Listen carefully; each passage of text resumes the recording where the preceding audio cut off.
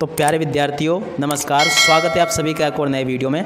प्यारे विद्यार्थियों, आज मैं आप सभी के लिए आप यहां पर देख सकते हो पूरा का पूरा आपका त्रैमासिक परीक्षा का पेपर लेकर आ चुका हूं। तो इसलिए आप सभी लोगों से रिक्वेस्ट है कि पूरा वीडियो देखकर जरूर जाइएगा, जिससे कि आपको कक्षा 9वीं सामाजिक विज्ञान विषय का पूरा क्वेश्चन पेपर आपको समझ में आ सकें।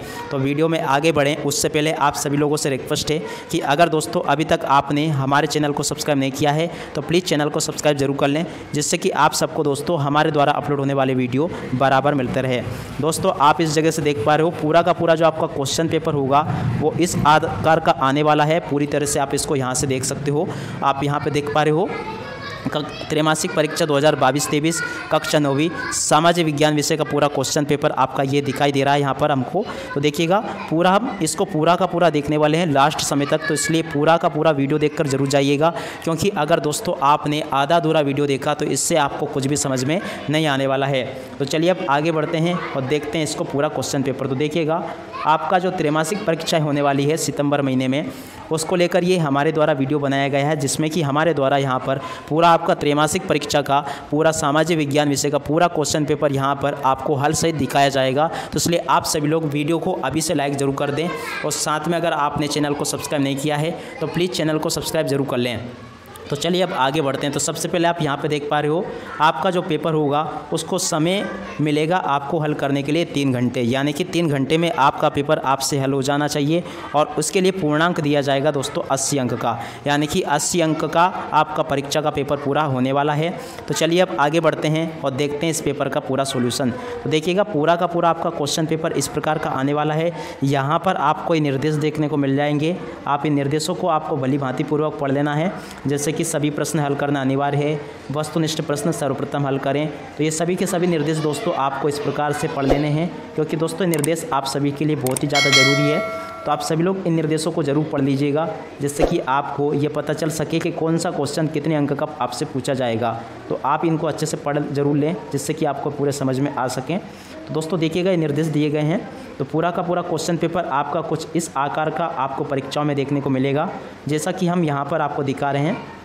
तो आप सभी लोग ध्यान दीजिएगा और इस आधार पे आप अपनी तैयारी को जारी रखिएगा। तो चलिए अब इसका पूरा सॉल्यूशन देखते हैं।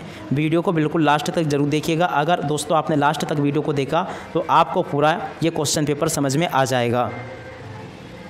तो दोस्तों आप इस जगह से देख पा रहे हो ये जो आपका क्वेश्चन पेपर है, इसमें पहला क्वेश्चन आपसे पूछा जाएगा, सही विकल्प चुनिए, जो कि आपसे दोस्तों 6 अंक के पूछे जाएंगे। तो पहला जो क्वेश्चन दे रखा है, फ्रांस की क्रांति की शुरुआत कब हुई थी, तो ये इसका राइट आंसर आ जाएगा 1789। ये आपका राइट आंसर हो जाएगा। और उसी के अलावा अगला क्वेश्चन दे रखा है, फ्रांसीसी क्रांति के समय फ्रांस पर किसका शासन था।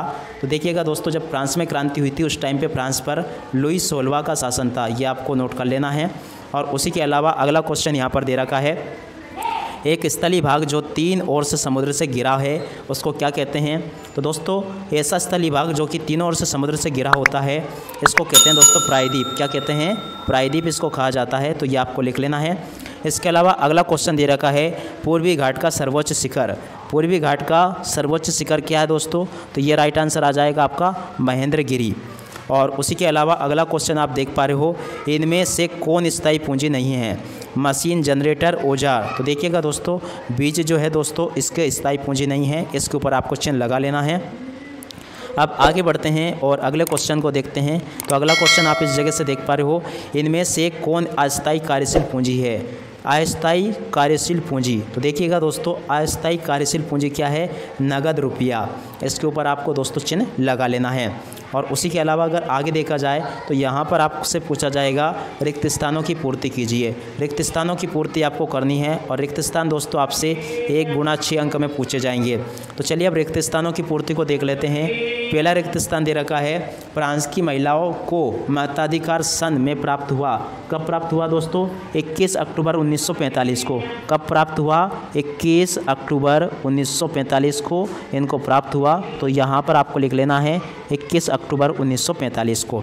और उसके अलावा अगला लिखा है, 1804 में ने खुद को फ्रांस का सम्राट घोषित कर दिया। तो इसका राइट आंसर आ जाएगा दोस्तों नेपोलियन। किसने सम्राट घोषित कर दिया दोस्तों? नेपोलियन ने सम्राट घोषित कर दिया था अपने आप को 1804 में। और उसके अलावा अगला क्वेश्चन दे रखा है, प्रथम विश्व युद्ध की शुरुआत कब हुई?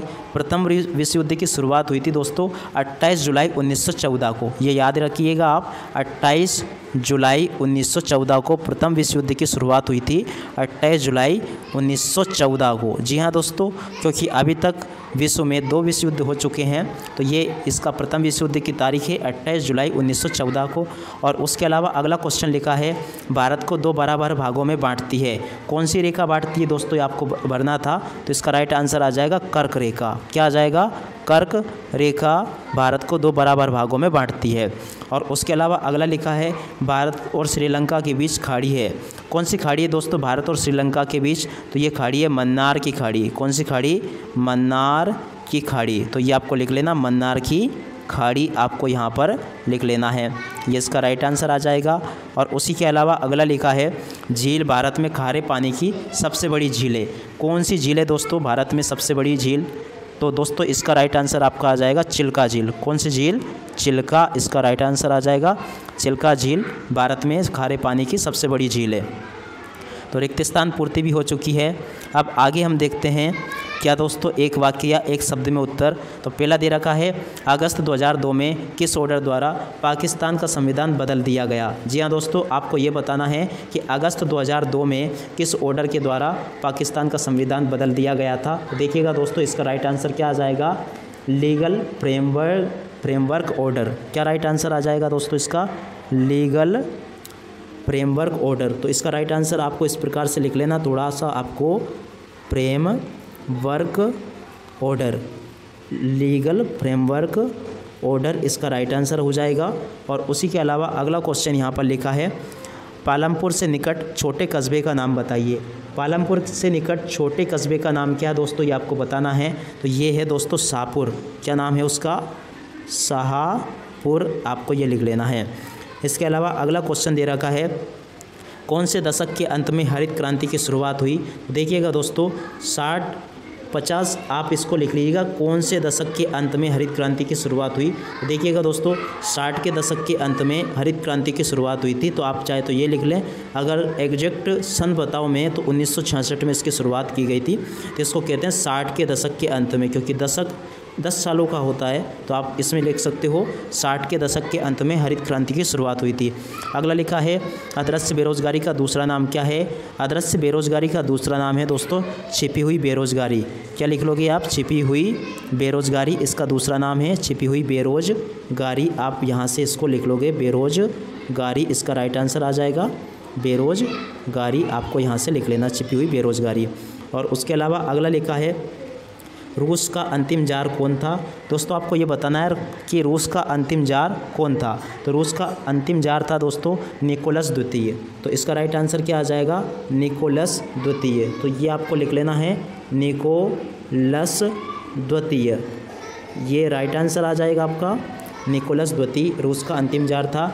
और उसके अलावा अगला क्वेश्चन दे रखा है, चिल्का झील किस राज्य में स्थित है? तो देखिएगा दोस्तों चिल्का झील जो है किस राज्य में है? तो चिल्का झील दोस्तों उड़ीसा राज्य में है। किस राज्य में? उड़ीसा राज्य में है, ये आपको लिख लेना है।